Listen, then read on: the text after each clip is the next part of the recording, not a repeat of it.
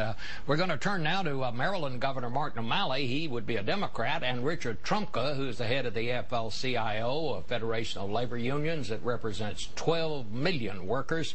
You took a big part in that recall election out there, Mr. Trumka, and I got to say, any way you cut it, it was a defeat for big labor.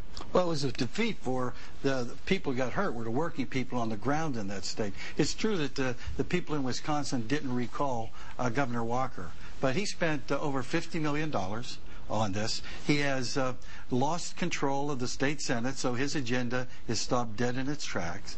He has the worst job-creating record of all the states that are out there right now, and people are looking at that. Look, but having said all that, he won. He did. What did he win? He got the right to serve the rest of his term. What he hasn't done is create jobs. Again, he has the worst job-creating record out there. And he talked a lot about making tough decisions. There's a difference, Bob, between making the tough decisions to create jobs and making decisions that are political decisions. He didn't lead here, he followed. The American Legislative Exchange Conference, right after 2010 election, brought 2,000 state Republican legislators together with governors and said their goal was to reduce the vote, the progressive vote, in 2012 by 10%. Less votes, less democracy.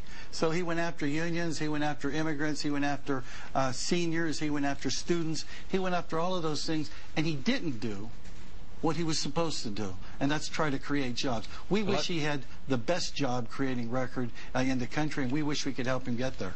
Well, Governor O'Malley, do you agree with Governor Romney about the lessons of Wisconsin, what you just heard him say? What do you think the lessons were? Well, I think the biggest lesson in Wisconsin is that 60% of the people did not believe that recall elections were proper for policy differences, short of some criminal offense. And right now, Governor Walker's only had 3 people in his administration indicted. He had his top communications person take an immunity deal, but he himself has not been named in that investigation. And I think the sense among people in Wisconsin was we shouldn't have recall elections for policy reasons. However, they did put the brakes on his hard right-wing agenda by putting Democrats in charge of the state Senate. And for all his talk about making tough decisions, they aren't the tough decisions that actually create jobs. He had the worst rate of job creation in Wisconsin of any state in the nation, and so he overcame that with billionaire help to put on 8 or 10 times as many ads as his opponent and made up a new set of numbers.